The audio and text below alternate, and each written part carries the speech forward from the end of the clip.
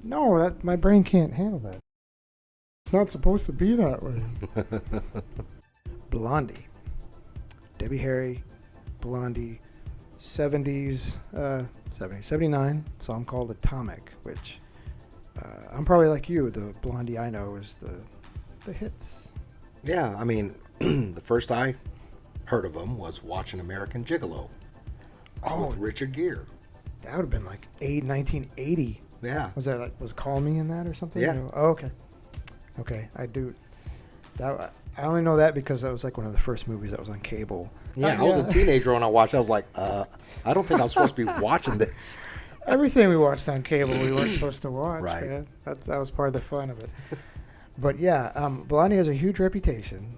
Like I know of them, just the cultural significance of Blondie and the music and the punk part of Blondie, and then like Rapture, which is like early rap stuff. Mm-hmm. And though the reputation, I know much more than I actually do the songs. Yeah, same. Hate to say that. So, highly suggested tune, Atomic, 1979. This should like totally be in our wheelhouse because we're old. Yeah. I would have been 12 when it came out. There you go. It's always fun to dive back into something older that right is nostalgic, but we don't know it. Yeah. So let's give it a go. Okay.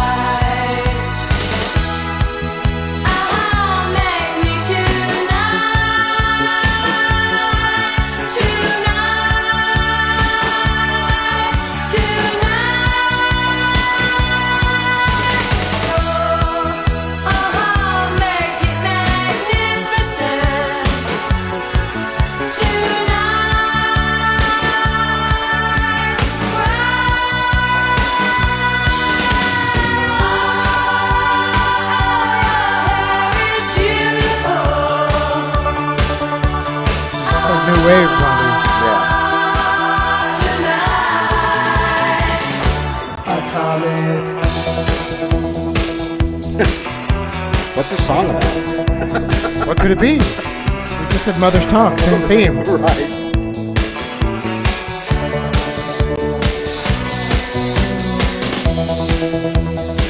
Synth stuff is really good though. Yeah. I like that.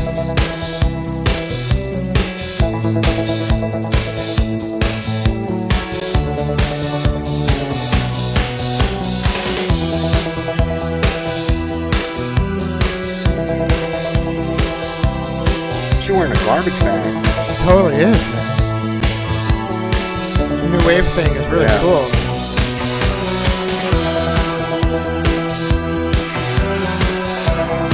This is cutting edge, man.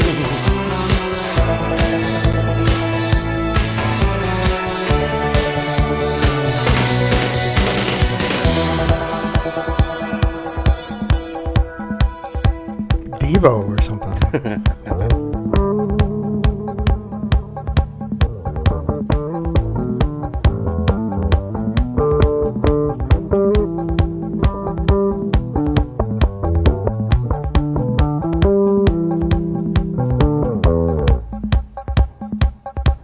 Not what I expected.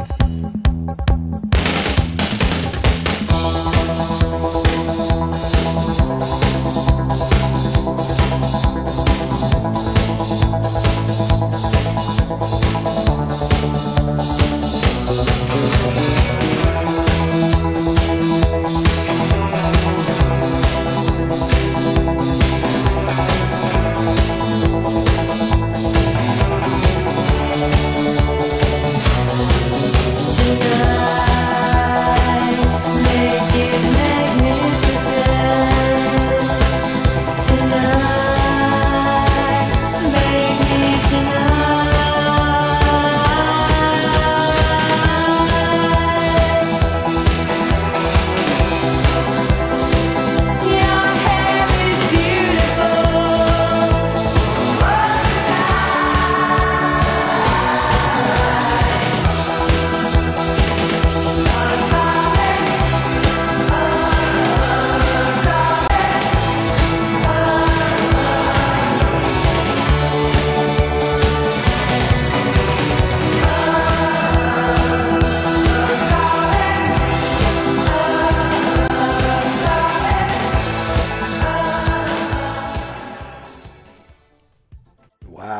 of like the goodbye anthem because they're going to die anyway.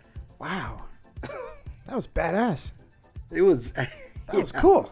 And it was great to watch that because I remember being young and seeing pictures of Deborah Harry. Mm-hmm. It's like very unique look. Very unique look. Yeah. That video was very avant-garde. It's like an Andy Warhol video or something. Right, and from '79, there were so many things that from the '80s that was there. I was thinking the same thing. It's like everything about it was like a precursor to what was to come. Right, the slinkies, the springs, and the garbage bags. I mean, that was all very punkish. Yeah. But the music sounded like you were saying new wave. Totally new wave. And wow, it's very interesting. That's probably like, I mean, I like that a lot. That's by far my favorite Blondie tune I've ever heard. Is it? Totally is. And I like Dreaming, Mm-hmm. and that's it. Their stuff is good, but that, for my taste, I can see why maybe the viewer suggested it. That was awesome. That was cool. Yeah. The beats. Yeah, the beats were really good. Really grooving. And she sang like less.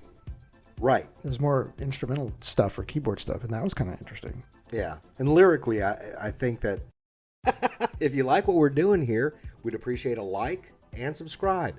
Helps grow the channel. You know how that goes. And it gives us opportunities to provide more of this type of content to you. Because there was less in it. The music spoke to it more. Definitely. And it was kind of like where punk and new wave kind of met with interpretive dance, kind of, Gotcha.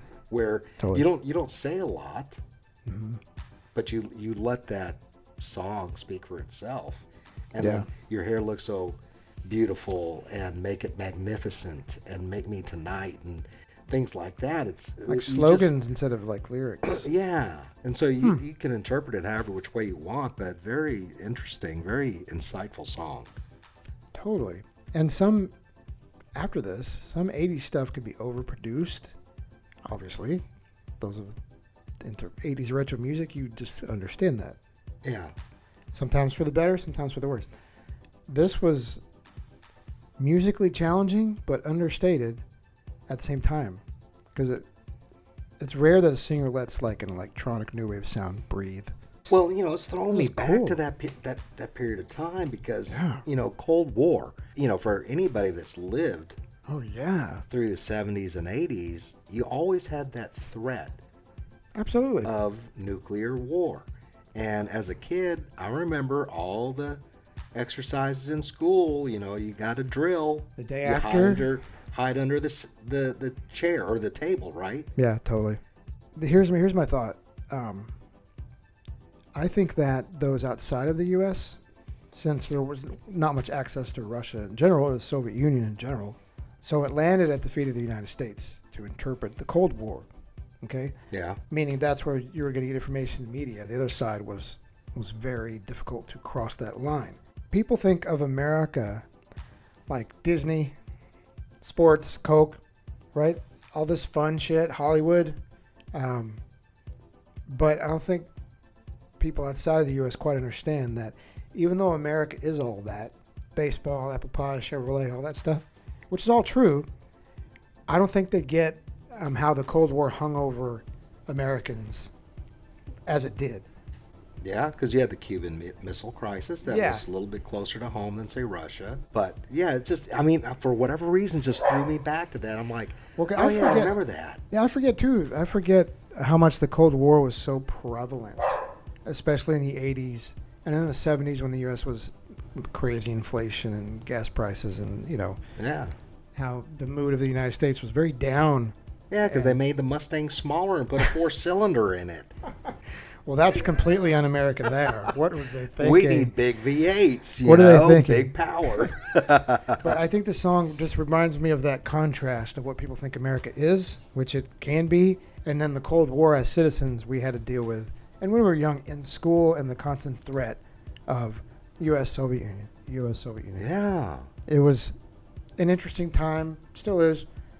this song really encapsulates that. Yeah, So and I think fabulous. by defining that context in which this song came out, Yeah, makes me appreciate it even more. definitely. It was an artistic view of the openness of like Atomic. Yes. Nuclear war Scary as was anything. absolutely. It was totally legit. Movies in America like The Day After, that's what they interpreted.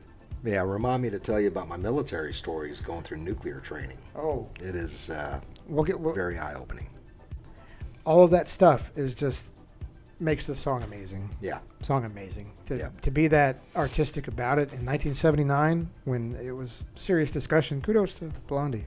Yeah. Art house band, great, awesome. That's a big dub for me. I'll shut up now. We get it. You loved it. I liked it too. Did that come I across? really did. That come across? You getting that? Just a little bit. I'm so annoying. All right. Thank you for watching the show, Blondie, today. We'll see you next time. Bye. Thanks. See ya.